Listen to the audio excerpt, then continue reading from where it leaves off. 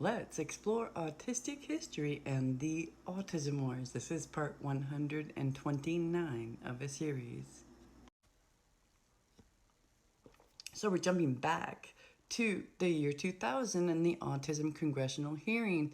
In the previous video, I left off with Senator Dan Burton giving the very problematic, incredibly problematic opening statement, but let me go back to that, and then I'm going to alternate between testimony at this hearing by parents and professionals, and even Senator Dan Burton is a grandparent, and that in between the autistic voices and autistic people that were speaking out at that time but were not heard in this trial or in this congressional hearing.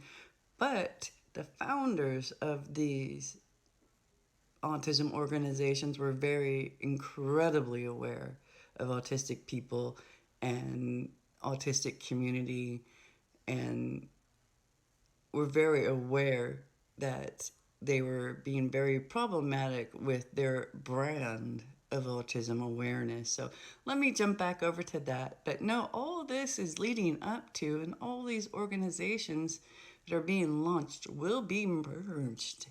Many of them will be merged in 2005 into Autism Speaks. So these are the predecessors of Autism Speaks, and then they all get merged into Autism Speaks, and that is what we have today. So, all right, let's get back to this hearing. And one of the things that keeps jumping out at me is when they say, oh, the correlation. They keep talking about correlation. Oh, boy. All right, going to jump back into Dr. Andrew Wakefield and Professor John O'Leary will be testifying today, said Dan Burton.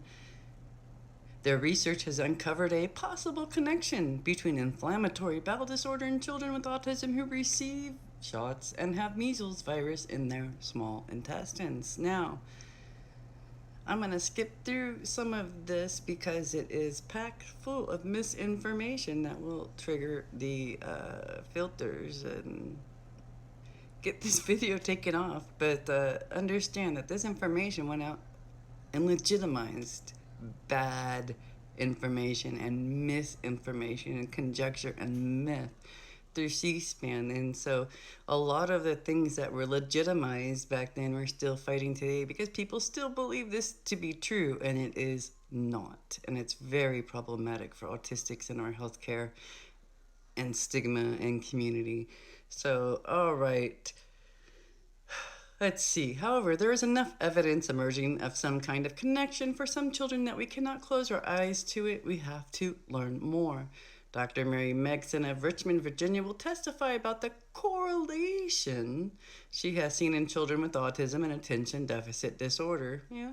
So she has seen a correlation between vitamin A depletion and immune suppression after receiving these vaccinations. Whoops. Not so. There are certainly children who are born with autism and can be called classical autism. There is, however, a growing number of children who are growing normally and then acquire autism or atypical autism. So now, it's not just autism, it's a newly invented special kind of autism. It's not the same as classical autism or genetic autism, but it's this new kind that may not even be autism at all. Wait and see. So, Dr. Goldberg will testify that maybe what we are seeing is not autism at all, but a neuroimmunologic dysfunction. So I'm going to jump forward to this part. When asked about the increased rates of autism, many will immediately discount that there's even an increase. Even though the latest statistics from the Department of Education show increased rate in every single state, this slide shows you that every state has seen a dramatic increase. Others will say the increase is due to better diagnostic skills. Others will say it's because the diagnostic category has expanded. If we look at the slide showing California here, California has reported a 273% increase in children with autism since 1988. From this increase, 21% of all autistic children in California live in the 29th district, which is Henry Waxman's district, which is a ranking Democrat on our committee. Let's keep in mind who's located in California. We have Cure Autism Now, and we have Autism Research Institute. So we have got Bernard Rimlin, and we have got John Shastak and his wife, Portia Iverson. And they are powerhousing through parents and getting this information out there. So of course,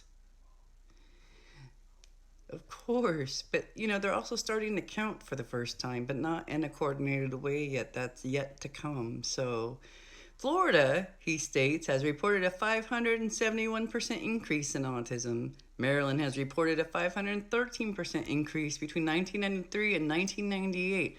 You cannot attribute all of that to better diagnostic skills.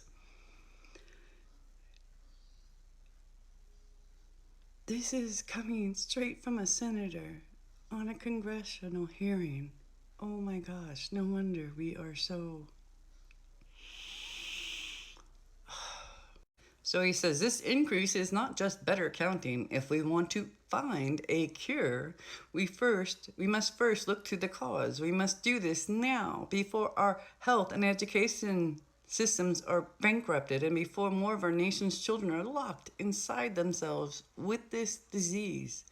Okay, autism 1, not a disease. 2, now we're bankrupting everybody. You're seeing the push here. The agenda is all through this, straight from the get-go. So he goes on. Kenneth Curtis, part of a Dave's Morning Show at Oldies 100 FM here in Washington, will set the stage by talking about being the parent of an autistic child. He will be followed by James Smythe of Carmel, Indiana. He will share how, through properly looking at autism as an illness, not an illness, and addressing that illness, his son is improving. Scott Bono from North Carolina lives close to one of the finest medical facilities in the world, Duke University. However, he has been unable to find medical experts to properly address his autistic son's needs.